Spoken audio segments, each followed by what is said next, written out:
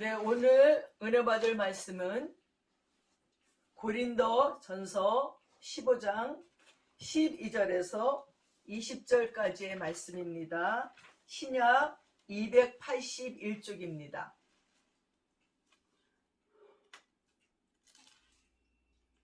네, 찾으셨는 줄 알고 제가 봉독해 올리겠습니다. 그리스도께서 죽은 자 가운데서 다시 살아나셨다 전파되었거늘 너희 중에서 어떤 사람들은 어찌하여 죽은 자 가운데서 부활이 없다 하느냐. 만일 죽은 자의 부활이 없으면 그리스도도 다시 살아나지 못하셨으리라. 그리스도께서 만일 다시 살아나지 못하셨으면 우리가 전파하는 것도 헛것이요 또 너희의 믿음도 헛것이며 또 우리가 하나님의 거짓 증인으로 발견되리니 우리가 하나님이 그리스도를 다시 살리셨다고 증언하였습니다. 만일 죽은 자가 다시 살아나는 일이 없으면 하나님이 그리스도를 다시 살리지 아니하셨으리라. 만일 죽은 자가 다시 살아나는 일이 없으면 그리스도도 다시 살아나신 일이 없었을 터이요. 그리스도께서 다시 살아나신 일이 없으면 너희의 믿음도 헛되고 너희가 여전히 죄 가운데 있을 것이요. 또한 그리스도 안에서 잠자는 자도 망하였으리니 만일 그리스도 안에서 우리가 바라는 것이 다만 이 세상의 상뿐이면 모든 사람 가운데 우리가 더욱 불쌍한 자이니라. 그러나 이제 그리스도께서 죽은 자 가운데서 다시 살아나사 잠자는 자들의 첫 열매가 되셨도다. 아멘. 할렐루야. 오늘도 부활하신 예수님을 찬양합니다. 보름간의 성지순례를 마치고 돌아와서 다시 그곳에서의 은혜와 감동을 되새김질 해보니까 정말 은혜 중에 은혜였습니다. 그리고 부활절 날은 부엘세바에 있는 곳에서 예배를 드리고 말씀을 증거했는데 녹화가 안 됐습니다. 그래서 사람들이 이렇게 한참 동안 유튜브에 말씀이 안 올라오느냐고 궁금해 하시는 분들도 계시더라고요. 그래서 2주나 그 녹화가 안 되는 바람에 유튜브로 올리지를 못했습니다. 정말 성지순례를 하면서 예수님의 흔적을 찾아다니며 또 예수님의 극진한 사랑을 가슴에 담고 또 새로운 결단과 각오로 돌아올 수 있었습니다. 그러나 그분이 도와주지 아니하신다면 우리가 아무리 결단하고 아무리 각오를 해도 아무것도 아니라는 것을 우리는 다 압니다. 그래서 하나님의 도움을 요청하면서 깨어있기를 간청하면서 마음을 다지고 다져봅니다. 제가 가본 예수님의 무덤도 비어 있었습니다. 예루살렘에서 예수님이 묻혔다는 아리마대 요셉의 무덤에 가봤습니다. 그리고 그 안에도 들어가 보았고 그 안에 비어있는 무덤도 보았고 굴려진 돌도 보면서 우리 때문에 이렇게 비참하게 처참하게 고통당하셨던 예수님으로 마음이 아팠습니다. 그래서 눈물을 짓기도 했고 또한 비어있기에 너무 감사했습니다. 그때 빈 무덤이 2000년이 지난 지금도 여전히 비어있으니 얼마나 감사한지 모릅니다.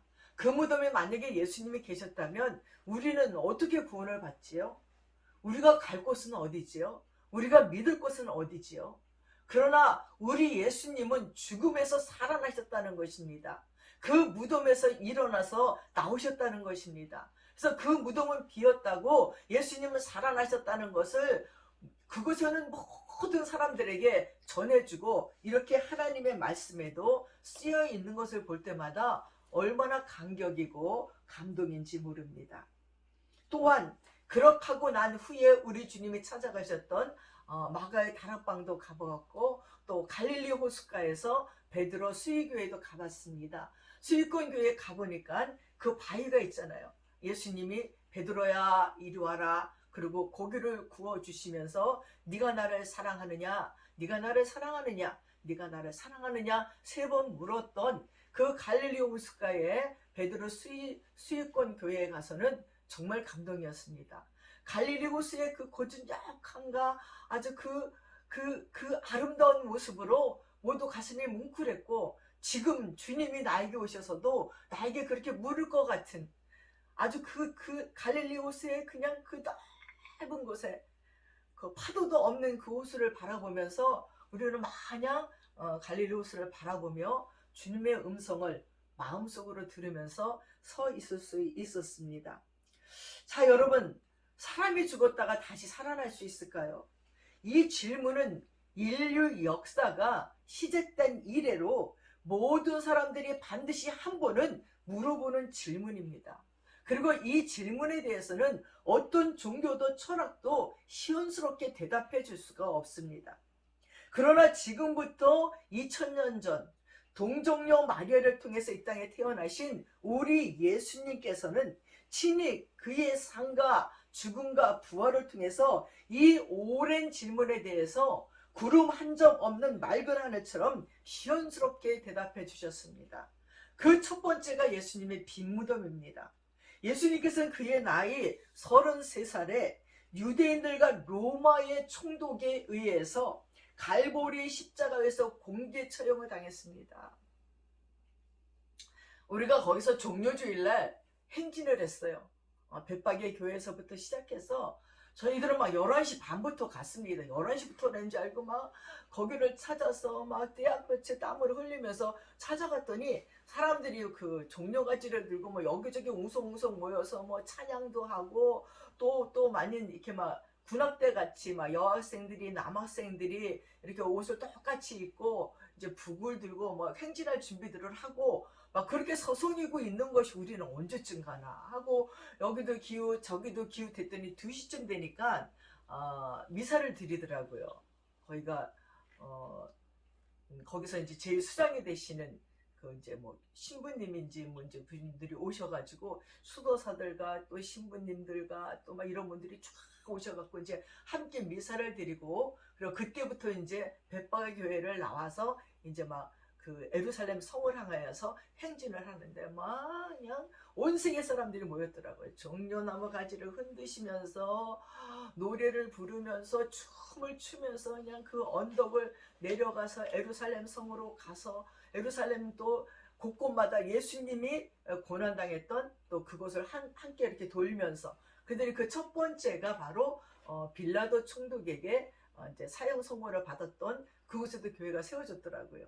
그래서 그 교회로 시작을 해서 이제 사람들이 움직이고 또 한 교회에 가서 거기서 또 다시 예배를 드리고 찬양을 부르고 그렇게 이제 뭐 밤 9시가 넘도록 예루살렘을 돌고 예루살렘 성벽을 돌면서 또 각 나라마다의 모습으로 군악대 같이 행진을 하면서 그 성을 도는 것을 쫓아다니다 보니까 야 진짜 굉장하다. 교통들이 다 이제 정지됐습니다. 그 예루살렘 성 근처에는 트램도 안 다니고 뭐 버스도 안 다니고 뭐 기차도 안 다니고 아무것도 안 다니는데 집에까지 저희들도 숙소까지 걸어올 수밖에 없었습니다. 그렇게 우리 예수님께서 공개 처형을 당했어요. 그리고 예수님을 따르던 여인들과 아리마대 요셉에 의해서 그 아리마대 요셉의 무덤에 장사가 되었습니다.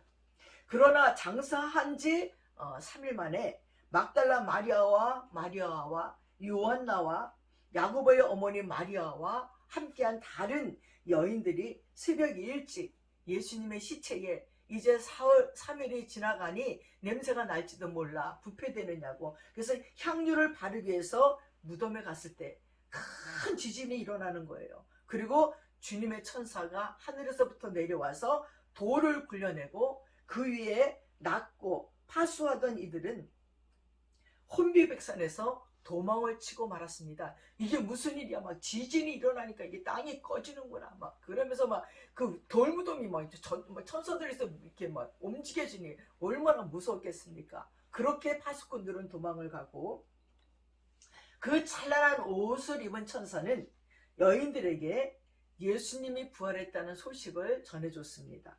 천사의 말대로 무덤은 텅 비어 있었어요. 이를 본 여자들은 이 소식을 전하기 위해서 예수님의 제자들에게 달려갔습니다. 거기가요 언덕이 있어요. 근데 그 언덕을 막 다른 먹지를 하면서 막 지금도 좀 거친 그런 곳인데 그때는 얼마나 여기가 거칠었을까.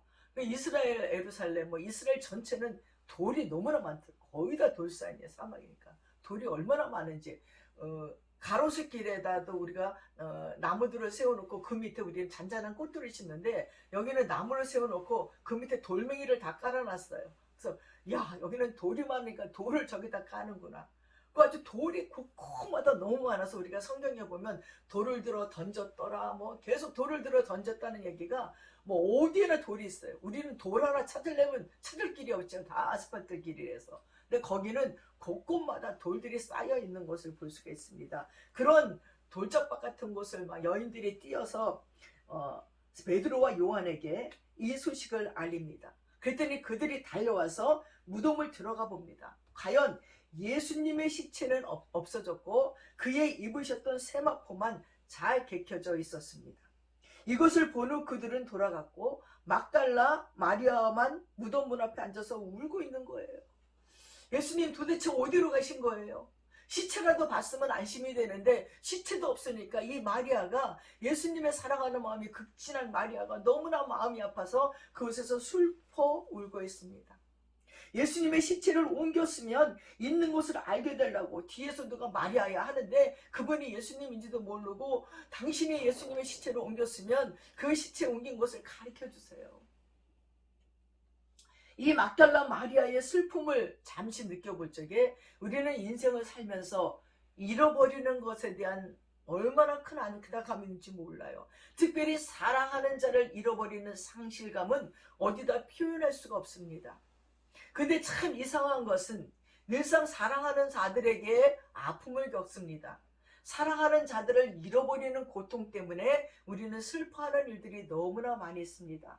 마리아도 예수님을 그렇게 사랑했는데 자기 인생에 새 삶을 주시고 새 생명을 주신 분인데 이분의 시체까지 없어진 것에 대해서 마리아는 거기서 혼자서 울고 있는 거예요. 다른 사람은 막 예수님이 없어졌다고 정신이 없어서 다 막 그냥 사라졌는데 마리아만 다시 무덤에서 와서 울고 있는 것입니다. 그때 예수님께서는 마리아의 뒤에 서셔서 마리아야 마리아야 부르고 있지만 이 마리아는 슬픔으로 인해서 예수님의 얼굴을 알아보지 못해요. 그가 동산지기인 줄 알고 예수님의 시체를 당신이 어디다 옮겼으면 내게 알려주십시오 하고 호소하는 것입니다. 그때 예수님께서 마리아야 하고 부르심에 깜짝 놀라서 돌아보니 부활하신 예수님이 거기 계신 거예요. 예수님은 마리아에게, 제자들에게 가서 내가 부활했다는 것을, 그리고 하나님 아버지께로 올라가신다는 것을 알리라고 얘기합니다. 그 즉시로 예수님은 다른 일단의 여인들 앞에 나타나서 부활하신 모습도 보여줬습니다. 그때 제자들 중에 예수님의 돌아가심으로 낙심해서 예루살렘에서 엠마오로 내려가던 두 제자가 있었어요. 예수님은 그들에게도 찾아가서 보여주시지요. 그들은 내려가면서도 대화가 뭐가 있겠습니까? 예루살렘에서 그 비참하게 처형당한 예수의 얘기를 하면서 슬픔에 잠겨서 갑니다. 그때 예수님이 그들과 함께 가면서 그들이 궁금해하는 것들을 다 풀어주는데도 이들이 눈이 열리지를 않아서 예수를 볼 수 없다는 거예요. 우리는 교회를 오랫동안 다닙니다. 예수를 믿는다고 말합니다. 그러나 예수를 모르는, 영적으로 소동된 눈이 얼마나 많은지 몰라요. 교회는 수십 년 다녔어도 예수를 몰라본다는 거죠. 그리고 그 예수와 함께 식사를 하다가 눈이 열렸어요. 아니, 이분이 부활하신 예수님이구나, 당신이 그리스도이구나. 그 감격과 기쁨은 말로 다 할 수가 없습니다. 우리는 교회를 다니다가도 어느 날 우리 눈이 밝아져서 정말 우리 곁에 계신 예수님을 만나게 됩니다. 이것이 거듭남의 사건이고 중생의 사건이에요. 그동안은 그냥 다녀요. 전설의 고향 같이 다녀요. 그냥 말씀이 그렇다니까, 목사님이 그렇다니까 하고 다녀요. 그러나 어떤 사건과 어떤 문제 앞에서 정말 내 곁에 같은 예수님을 만나게 될 적에 우리 눈이 열려서 그 다음부터 다시 말씀이 재조명되고 우리 인생이 주님 앞에서 새롭게 되어져 가는 것을 깨달을 수가 있다는 것입니다. 이 엠마오로 가던 두 제자는 흥분했습니다. 그리고 예루살렘에 돌아가서 다른 제자들에게 주님께서 다시 사셨다고 얘기할 적에 호련히 그들 중에 예수님께서 나타나서 놀라고 두려워하는 제자들에게 목자국난 손과 발을 보여주고 창자국난 옆구리를 보여줍니다. 너무 기뻐서 오히려 믿지 못하고 기이 여기니 그곳에서 구운 생선 한 토막도 잡수신 것이 갈릴리 호숫가에서의 사건이었습니다. 그 자리에 없었던 도마가 나중에 돌아와서 이 말을 전해 듣습니다. 제자들이 흥분해서 도마야, 넌 어딜 싸돌아다니다 왔어? 예수님이 부활하셨다니까 우리와 함께 여기서 고기도 생선도 잡수시고 여기서 우리에게 평강이 있을지란 말도 해줘서 막 얘기를 하고 난리가 나니까 도마는 멀뚱멀뚱 있다가 나는 못 믿어. 내 손으로 그 손에 못자국을, 그 옆구리의 창자국을 만져보지 않고는 나는 믿을 수가 없다고 도마가 얘기합니다. 그때 예수님께서 나타나시지요. 그래갖고 네 손가락을 인해서 내 손에 못자국을 보고 내 손에 옆구리를 넣어보고 확인하라 하고 얘기합니다.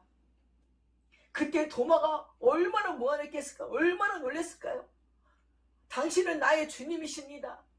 당신은 하나님의 아들입니다. 막 이러면서 그냥 거기서 막 아닙니다, 믿습니다 막 했을 거예요. 그때 예수님께서 나의 손에 못자국을 만져보고 내 손에 옆구리에 창자국을 만져보고 그래서 믿음 없는 자가 되지 말고 믿음이 있는 자가 되라고 말씀해 주었습니다. 도마는 거기서 크게 회개를 합니다. 아마 울부짖으면서 회개했을 것입니다. 그리고 예수를 다시 믿게 됩니다. 그 후에 그들은 모두 갈릴리로 가서 예수님을 기다리다가 안개 낀 아침에 부활하신 예수님을 다시 만나 함께 식사를 하고 그리고 예수님은 마음에 깊이 상처 입은 베드로를 복귀시켜줬습니다. 그래서 베드로 수익권 교회가 거기서 세워집니다. 베드로야, 네가 나를 사랑하느냐? 네가 나를 사랑하느냐? 네가 나를 사랑하느냐? 그러면 내 양을 먹이고 치라는 것입니다. 베드로가 3번 부인했던 것 같이 3번 거기서 나를 사랑하느냐 확인하시고 거기서 베드로에게 사명을 주십니다. 그리고 천국 열쇠도 거기서 주십니다. 사랑하는 여러분, 2번째는 예수님의 부활에 대한 확실성입니다. 이렇게 예수님이 부활하신 후 40일 동안 당신의 살아나심을 확실히 증거하시고 500여 되는 성도들에게 일시에 보여줍니다. 그리고 마지막으로 감람산에서 승천하셨습니다. 이와 같이 수많은 부활의 증거 앞에 어떻게 의심의 말을 할 여지가 있겠습니까? 그러나 옛날이나 오늘이나 악한 사단은 교묘한 관계로 의심과 불신을 심으려고 합니다. 그 결과로 예수님의 부활을 반대하는 자들은 예수님의 부활이란 거짓이라는 이런 궤변을 토해 놓습니다. 그 첫 번째가 뭐냐면 예수님은 정말로 죽은 것이 아니다. 십자가에서 기절하셨다가 무덤 그 시원한 도리에 옮겨 놓으니 정신이 들어서 깨어나셨다. 이것이 어처구니 없는 그들이 부활이라고 말하는 억측입니다. 죽었다가 살아난 것이 아니라 기절했다 깨어났다는 거예요. 아니, 손에 못자국이 막혀서 거기 그 떼약볕에 십자가에 올라가 있는데 행정어망이 막 막혀서 돌아가시고 옆구리는 또 확인하려고 찔러서 물갈피가 다 쏟아졌는데 어떻게 어떻게 기절입니까 그게? 예수님께서는 성경에 기록된 대로 분명히 십자가에서 운명하셨고 그것을 확인한 로마 군인들이 창으로 예수님의 옆구리를 찔렀습니다. 그래서 심장이 터져 물과 피가 흘러나왔습니다. 그리고 빌라도도 예수님께서 사망하신 것을 확인한 후에야 시신을 제자인 아리마대 요셉에게 내어주었습니다. 또한 2번째는 그의 시신을 제자들이 무덤에서 훔쳐가고 나서 부활했다고 헛소문을 낸다는 것입니다. 정말 가소로운 말입니다. 로마 군인들이 지키고 있는 그 돌을 어떻게 옮기고 어떻게 거기에서 살아납니까?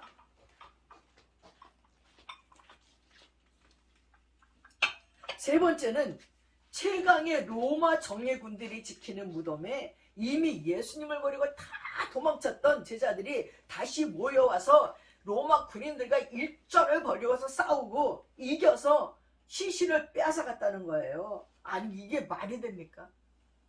이것은 전혀 불가능한 일입니다. 만약 그렇게 하려고 했다면 제자들 중에 몇 명은 잡혀갔겠지요. 그리고 죽임을 당하기도 했을 것입니다.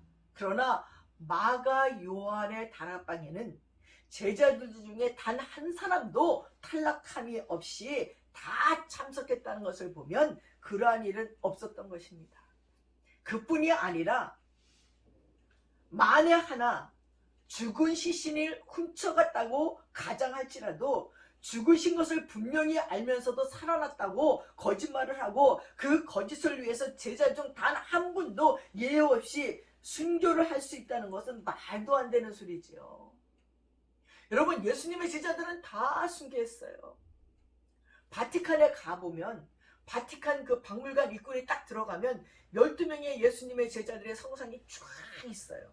쫙 있는데 거기 모든 성상에는 특이하게 자기가 순교당한 기구들을 다 갖고 있어요.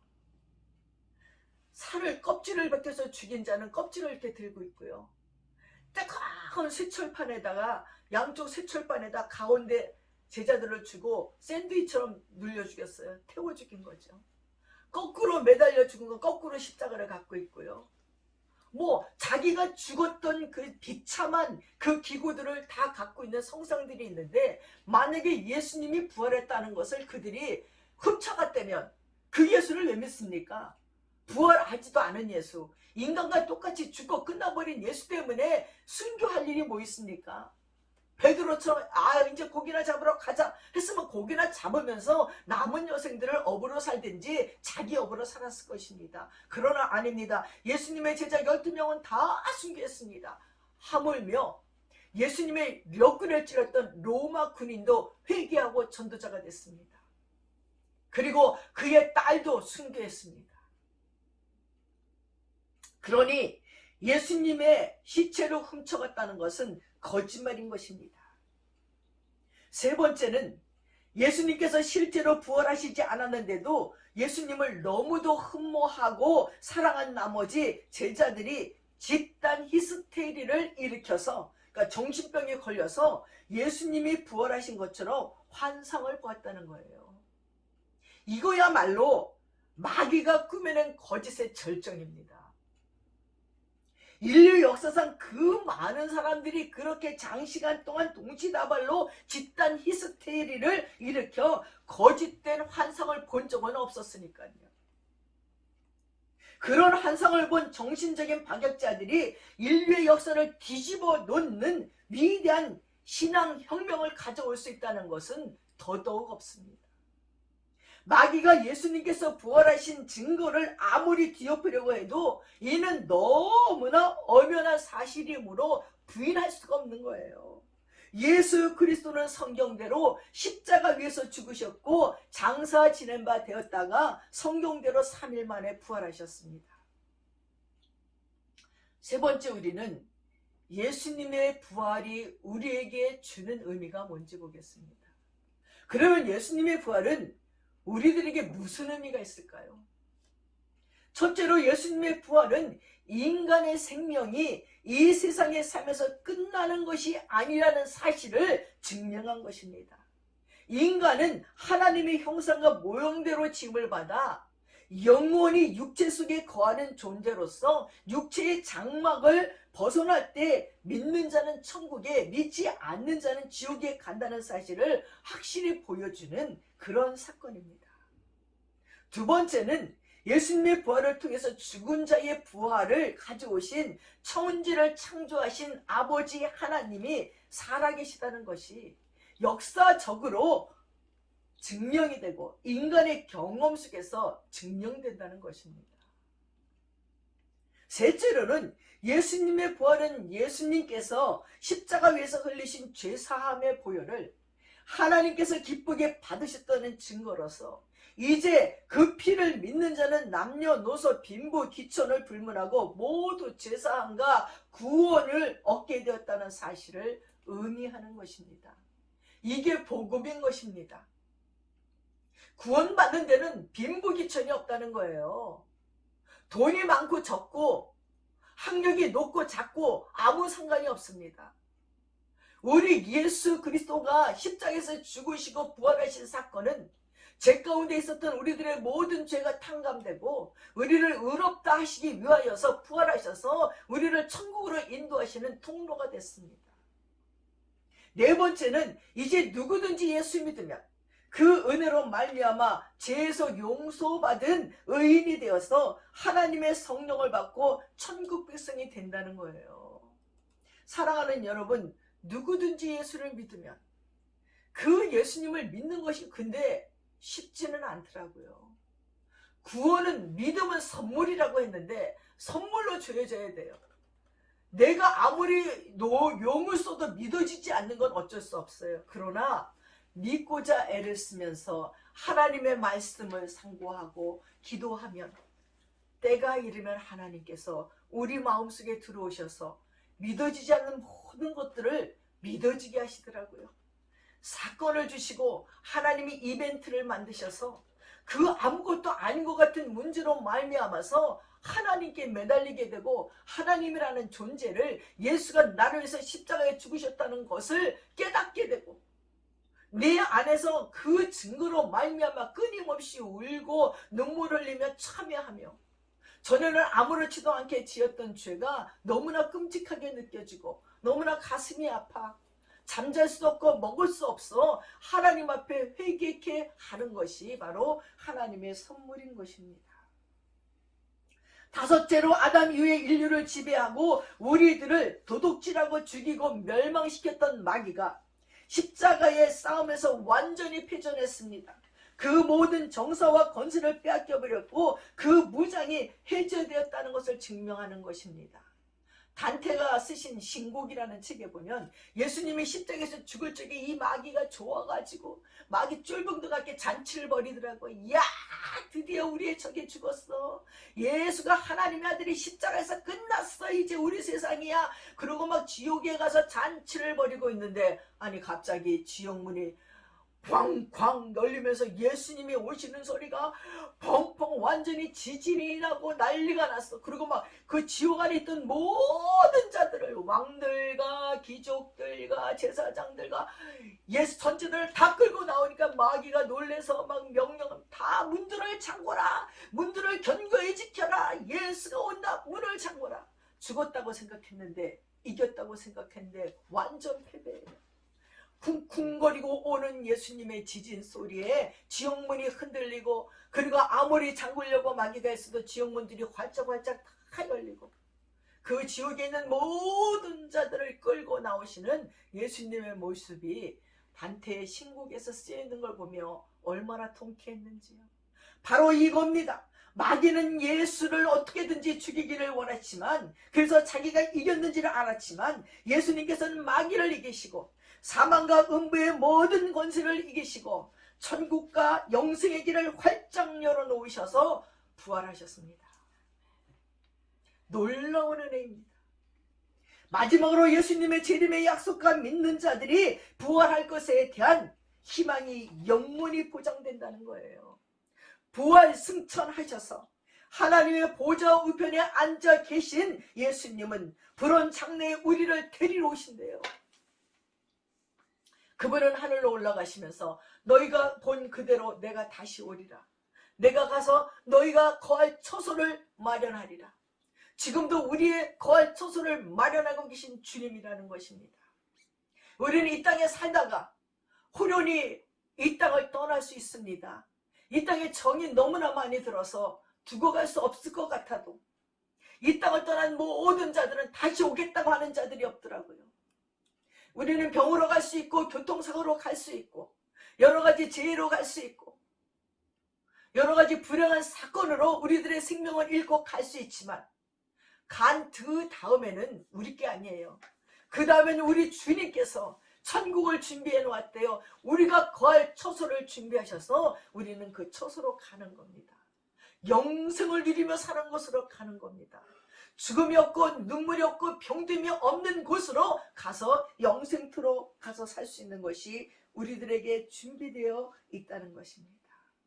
그래서 우리들도 예수님이 나팔 소리와 함께 천사장의 소리와 함께 호령 소리와 함께 친히 하늘로 부터 강림하실 적에 주 안에서 죽은 자들이 먼저 일어나고 살아나서 우리들도 호련히 변화되어서 저희와 함께 구름 속에로 끌어올려 공중에서 주님을 영접하고 그날 이후 영원히 주님과 함께 살게 될 것입니다.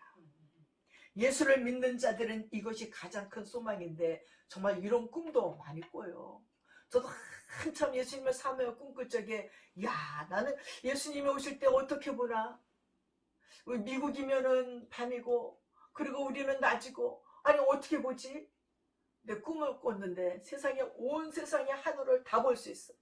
하늘에 새파란 구름이 위에서부터 쫙 내려오더니 이 밑에 그냥 시커먼 무리들이, 로마 병장 같은 시커먼 장군들이 막 우락부락하며 화를 내며 막 말을 타고 창을 쏘고 서로 죽이고 싸우고 막 그러는데 흰 구름이 탁 덮이더라고요. 싹 끝까지 덮이더니 그 하늘 위에 구름으로 보좌가 생기더니 구름이신 예수님이 천천히 보좌에 앉으시고 그 마귀에게서, 마귀가 그냥 씩씩대면서, 이렇게 등치 큰 마귀가, 시커먼 마귀가 씩씩대면서 막 근육질이 이런 마귀가 예수님에게 칼과 왕관을 돌려드리더라고요. 항복에 무릎을 꿇고. 그러니까 예수님이 천천히 그 검과 그 왕관을 받으시면서 하시는 말씀이, 내가 너에게 세상을 맡겼더니 어떻게 이렇게 엉망으로 만들었느냐 하는 거예요. 저는 그 광경을 보고 놀래서, 예수님이 오셨어. 옆에 사람 예수님 오셨어. 난 뭘 갖고 가지 하고 막 이방 저방 막 쫓아다니다가 신발짝 하나 들고 나갔더니 아무도 없더라고요. 나만 두고 다 휴고된 거야. 이거 어떻게 된 거야? 이러다가 꿈을 깼는데요. 깨고 나서 얼마나 울었는지. 깨고 나서 주일학교 공과를 내가 가르쳐야 돼서 정말 놀랬다. 그러고 공과를 피니까 주님 맞을 준비가 됐습니까? 이 제목이. 아주 그 제목만 보고 저는 그 주일 아침에 꿈을 깨고 나서 새벽에 앉아서 엉엉 울었습니다. 주님 맞을 준비가 됐나? 이렇게 호련히 주님이 오실 적에 나는 이방저방 쫓아다니던 사람들 따로 예수님 오셨다고 막 이러는데 아무도 꿈쩍도 안 해. 그러면 나는 나라도 가야지. 나는 뭘 갖고 가지? 갖고 갈 게 없더라고요. 겨우 신발 들고 문 밖을 나갔더니 아무도 없더라고요. 그 당황스러움이 지금도 느껴집니다. 주님 맞을 준비가 됐는지, 호련히 오실 예수님을 맞이할 준비가 됐는지, 우리 주님께서는 이렇게 우리를 공중으로 끌어올려서 영원히 살 처소로 옮겨주시고자 다시 오실 것입니다. 바로 이것을 성취하기 위해서 주님은 십자가에서 고난당하셨고 죽으셨다가 3일 만에 부활하사 우리들의 영원한 구주가 되셨고 만왕의 왕이 되셨고 만주가 되셨습니다. 그 주님을 모시고 남은 여생을 살아가시는 저와 여러분 되시기를 축원합니다. 기도하겠습니다. 할렐루야. 참 고맙고 감사하신 아버지, 우리가 무엇이간데 이토록 사랑하셔서 아버지 더럽고 누추한 죄에서 죽을 수밖에 없는 마귀의 종이 되어서 이리 끌리고 저리 끌려 우리들의 심령도 우리들의 육체도 피폐하여 살 수밖에 없는 저희들을 가엾이 이기셔서 대신 십자가에 죽으시고 부활하셔서 우리를 의롭다 하시고 천국 백성으로 삼아주시는 하나님의 은혜에 감사드립니다. 자비하신 아버지 하나님, 우리 주 예수의 부활에 감사하며 감격하면서 우리 남은 여생을 살 수 있도록 인도하여 주시옵시고 하나님의 사람으로 하나님의 자녀로 우리 주 예수 그리스도를 마음에 모시고 살아가는 믿음의 사람들 되게 하셔서 험한 세상 가운데 사랑으로 살게 하시고 말씀으로 살게 하시고 기도로 살게 하시고 믿음으로 살 수 있도록 도와주시옵소서. 주께서 이 부활을 우리에게 주신 것에 감사드리며 우리 주 예수님의 이름 받들어 기도드렸사옵나이다. 아멘.